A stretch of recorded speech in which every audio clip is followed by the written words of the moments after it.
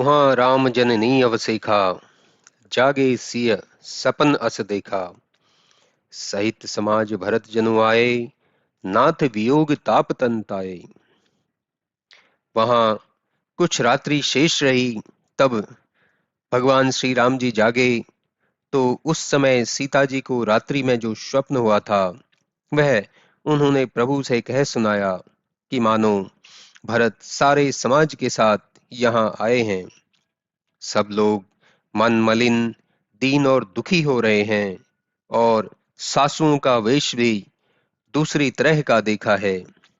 सीता का स्वप्न सुन अचिंत्य प्रभु के नेत्रों में जल भर आया। फिर लक्ष्मण से कहते हैं कि हे लक्ष्मण, यह स्वप्न अच्छा नहीं है। ऐसे कहकर लक्ष्मण के साथ स्नान किए, फिर महादेव जी की पूजा कर साधु पुरुषों का सम्मान किया। देवता और मुनि लोगों का सत्कार तथा उन्हें प्रणाम कर आसन पर बैठकर प्रभु उत्तर दिशा की ओर देखते हैं तो उन्हें आकाश से धूल उड़ती हुई नजर आई और पक्षियों के, हिरणों के झुंड बेहर हो भागते हुए मुनियों के आश्रम में गए। तुलसीदास जी कहते हैं कि यह उपद्रव देखकर प्रभु उठे तो सोचने लगे कि इसका क्या कारण हो सकता है। इस प्रकार श्री राम जी चित्त में चकित हो रहे थे कि इतने में किरात और कोलों ने आकर सब समाचार कह सुनाया। भरत के आने के शुभ समाचार सुनते ही प्रभु का शरीर पुलकावली से भर गया। श्री तुलसीदास जी कहते हैं, राम जी के शरद ऋतु के समान कमल जैसे नेत्रों में जल भर आया। फिर प्रभु सोच के वश हुए कि किस कारण से भरत वन में आए हैं। इतने में एक ने आकर यह कहा कि उनके साथ बड़ी भारी चतुरंगिनी सेना आई है। यह सुन श्री राम जी के मन में बड़ा सोच हुआ, क्योंकि इधर तो पिता का वचन और उधर भाई का संकोच। भरत जी का स्वभाव समझकर प्रभु जी अपने हित की दृढ़ता नहीं पाते। फिर बात को जानकर प्रभु ने मन में धीरज धरा कि भरत बहुत साधु और समझदार तथा मेरे कहने के अनुसार चलने वाला है। प्रभु के मन में क्षोभ हुआ। तब लक्ष्मण जी विचार कर समयानुसार यह बोले कि हे प्रभु, मैं बिना पूछे कुछ कहता हूं सो क्षमा कीजिएगा। हे स्वामी, आप सर्वज्ञ शिरोमणि हैं, परंतु मैं अपनी समझ के अनुसार कहता हूं कि हे नाथ, आप स्वच्छ हृदय, सरल स्वभाव, शील और स्नेह के भंडार हैं। इससे आप तो यह जानते ही हैं कि जैसी प्रीति और प्रतीति मेरे मन में है वैसी ही सबके मन में है। परंतु विषयी जीव प्रभुता को पाकर मोह के वश हो जाते हैं।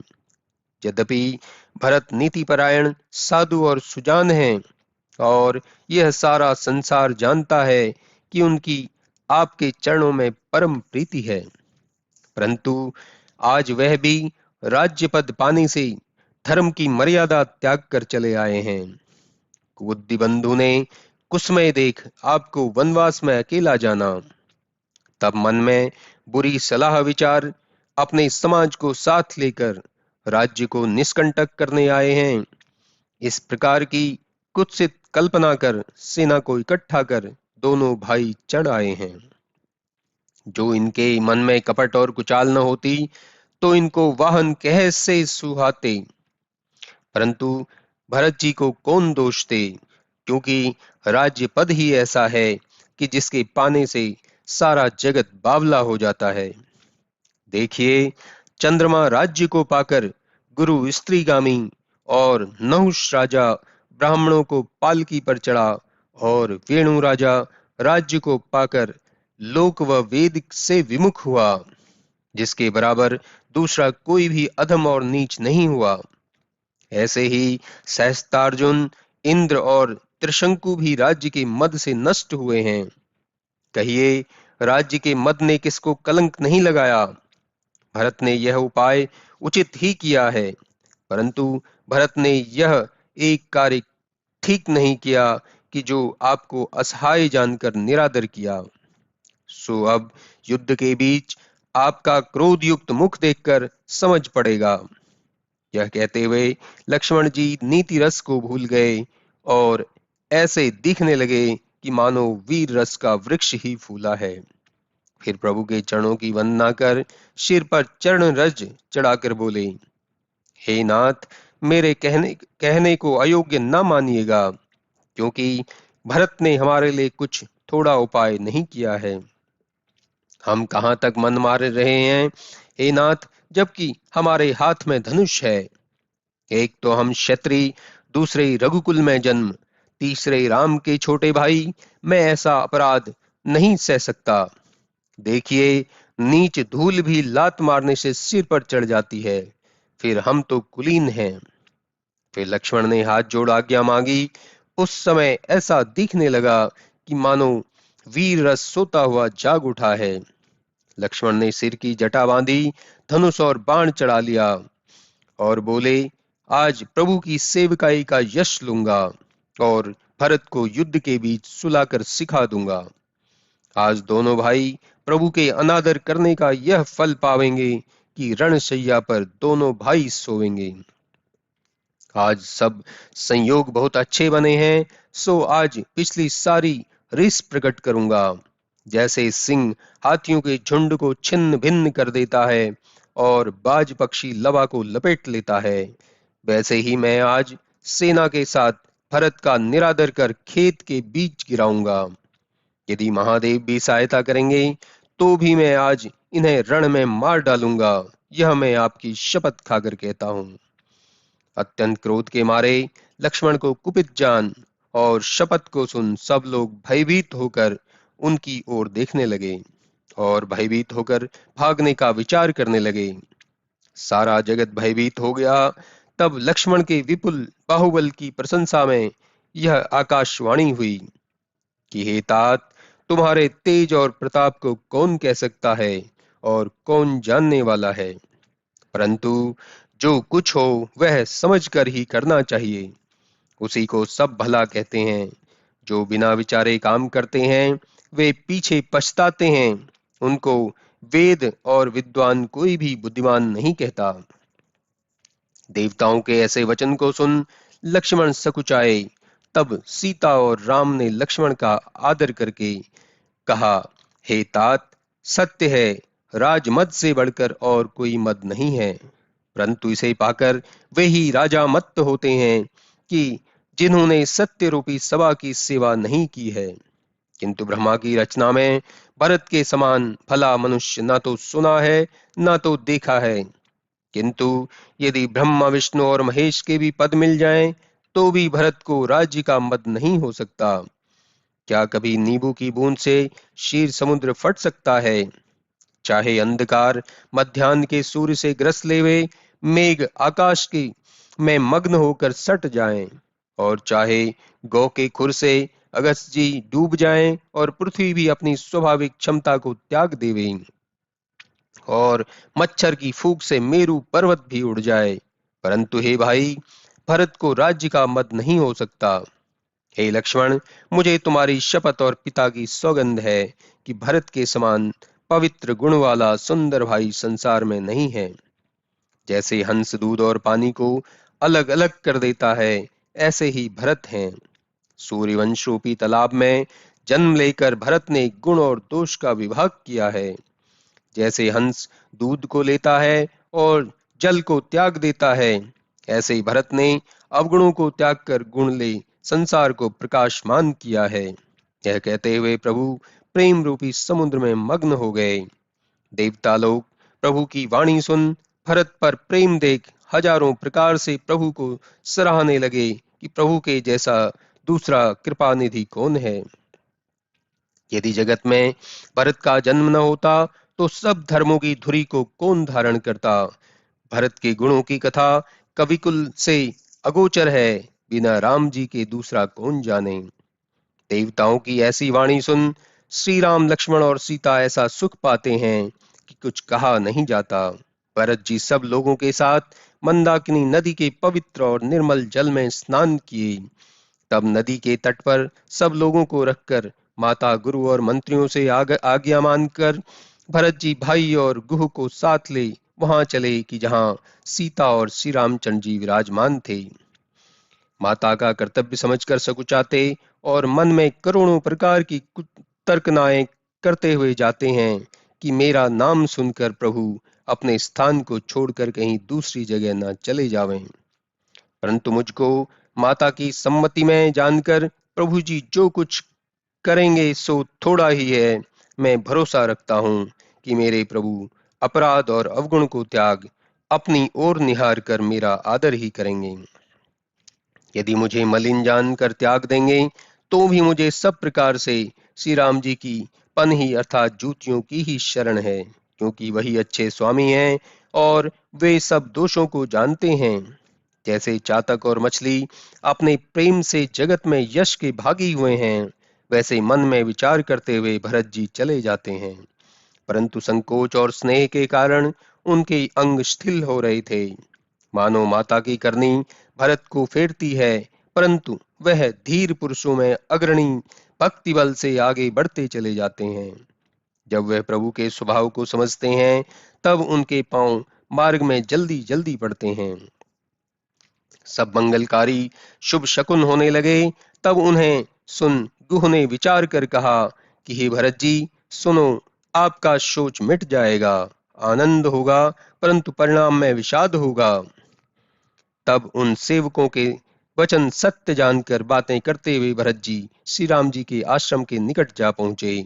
तब उनको ऐसा आनंद हुआ कि मानो भूखे मनुष्य को स्वराज मिल गया। फिर तो इसी भांति से भयभीत दुखी प्रजा को जैसे सुखारी स्वराज्य मिल जाए, ऐसे ही भरत जी अत्यंत सुखी हो गए। आश्रम में जाते ही भरत जी का दुख ऐसे ही मिट गया कि जैसे योगी को परमार्थ मिल गया हो। वे देखे कि लक्ष्मण जी प्रभु के आगे बैठे हैं और प्रभु के पूछने पर वे प्रेम से भरे वचन कहते हैं। सिर पर जटा शोभायमान है, वलकल पहने हैं, कमर में तरकश है, हाथ में तीर है और धनुष कंधे पर पड़ा है। वेदी के ऊपर मुनि समाज सहित सीता राम विराज रहे हैं, जिनके वलकल के वस्त्र हैं, सिर पर जटा है, मानो रति और कामदेव ही मुनि का वेश बनाए बैठे हैं। जो धनुष और बाण को फेर रहे भक्तजनों के संताप को दूर कर रहे हैं।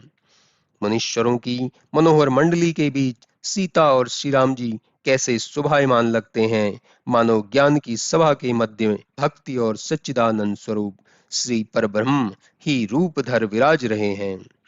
प्रभु के दर्शन कर भरत शत्रुघ्न और गुह के साथ आनंदित हो सब दुख सुख भूल गए और हे नाथ हे स्वामी पाही माम ऐसा कहकर भरत जी दंड की भांति पृथ्वी पर गिर पड़े।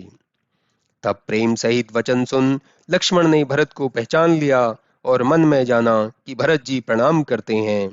उस समय इधर तो भाई का प्रेम और उधर स्वामी की सेवा, उनसे न तो मिलते बनता है और न छोड़ते। लक्ष्मण मिलने का भार सेवा पर रखकर ऐसे ही रह गए जैसे खिलाड़ी चढ़ती हुई पतंग को खींच कर रह जाता है। लक्ष्मण ने प्रेम सहित निवेदन किया कि हे रघुनाथ जी, भरत जी प्रणाम करते हैं। तब प्रेम से अधीर हो राम जी उठे तो कहीं वस्त्र, कहीं हाथा और कहीं धनुष बाण गिर पड़ा। कृपा सिंधु भगवान ने बलपूर्वक भरत को उठा छाती से लगाया। तब भरत और राम का मिलाप देखकर सब लोग आत्मस्वरूप को भूल गए। श्री राम जी भरत से मिलकर फिर प्रीति के साथ शत्रुघ्न से मिले। तदनुसार गुह निषाद से मिले। फिर भाग्यशाली भरत लक्ष्मण से मिले तो लक्ष्मण ने भरत जी को प्रणाम किया। फिर लक्ष्मण लपटकर छोटे भाई शत्रुघ्न से मिले, गुह को छाती से लगाया। फिर भरत और शत्रुघ्न दोनों भाई मुनीश्वरों को नमस्कार कर मनवांछित आशीर्वाद पाकर आनंदित हुए। फिर प्रेम मग्न हो भरत और शत्रुघ्न ने सीता जी के चरणों की रज को सिर पर धारण किया। सीता जी ने दोनों भाइयों को कर कमलों से स्पर्श कर उठाया और अपने निकट बैठा लिया। सीता जी आशीर्वाद दे मन में प्रसन्न हुई और स्नेह से देह की सुध भूल गई। सीता को सब प्रकार से सानुकूल देखकर भरत के अंतःकरण का डर मिटा और मिथ्या कलंक की खटक भी मिट गई। उस काल सभी प्रेम मग्न हो अपनी अपनी सुध भूल गए। न तो कोई किसी से कुछ पूछता है, न कोई किसी से कुछ कहता है। उसी समय निषाद ने धैर्य धरकर हाथ जोड़ दंडवत विनय की। हे नाथ, वशिष्ठ जी के साथ माता और सारे नगर के लोग और नौकर, सेनापति, मंत्री आदि सब आपके विरह से विहल हो आए हैं और मंदाकिनी के तट पर खड़े हैं। तब शील के सागर श्री रामचंद्र जी गुरु वशिष्ठ का आगमन सुन सीता जी के समीप शत्रुघ्न को रख धर्म की धुर धारण करने वाले, धीरता के भंडार, दीन दयालु, बड़ी तेजी से चले उसी क्षण गुरु के पास आए। तब लक्ष्मण के साथ गुरु चरणों के दर्शन कर अति प्रसन्न हो दंडवत प्रणाम करने लगे।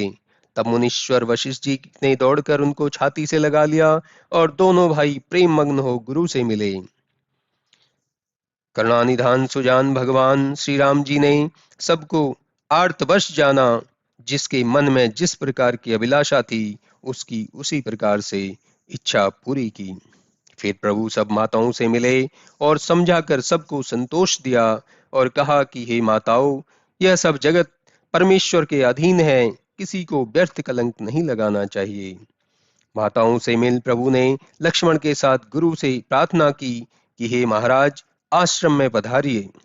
तब पुर के लोग वशिष्ठ जी की आज्ञा पाकर जल और स्थल की सुविधा देख देख उतर गए और श्री सीता जी आकर मुनिराज के चरणों में लगी। तब वशिष्ठ जी ने उन्हें मनवांछित आशीर्वाद दिया। फिर वे मुनीश्वरों की स्त्रियों से मिली। ऐसा प्रेम बढ़ा कि कहने में नहीं आता। श्री सीता जी ने सबके चरणों की वंदना कर मनवांछित आशीर्वाद लिया। सासुओं ने जब सीता जी की ओर देखा तो उनके नेत्र मुद गए और वे सहम कर शून्य चित्त हो गई। तब सीता जी मन में धीर धरकर श्याम कमल के समान नेत्रों में जल भरकर सब सासुओं को जाकर मिली। उस समय सारी पृथ्वी पर करुणा छा गई। श्री सीता जी सबके पांवों में लग लग कर बड़े प्रेम के साथ भेंटती हैं, तो वे सब प्रेम के वश होकर अंतःकरण से उन्हें आशीर्वाद देती हैं कि तुम सदा सुहागिन बनी रहोगी।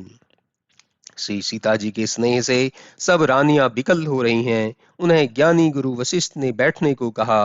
पहले तो वशिष्ठ जी ने कुछ जगत की गति कही, फिर कुछ परमार्थ की वार्ता वर्णन की, फिर राजा दशरथ के स्वर्ग जाने के समाचार कहे, जो सुन प्रभु ने महाघोर दुख पाया। फिर पिता के मरण का कारण अपने स्नेह को समझ मोह से व्याकुल हो गए।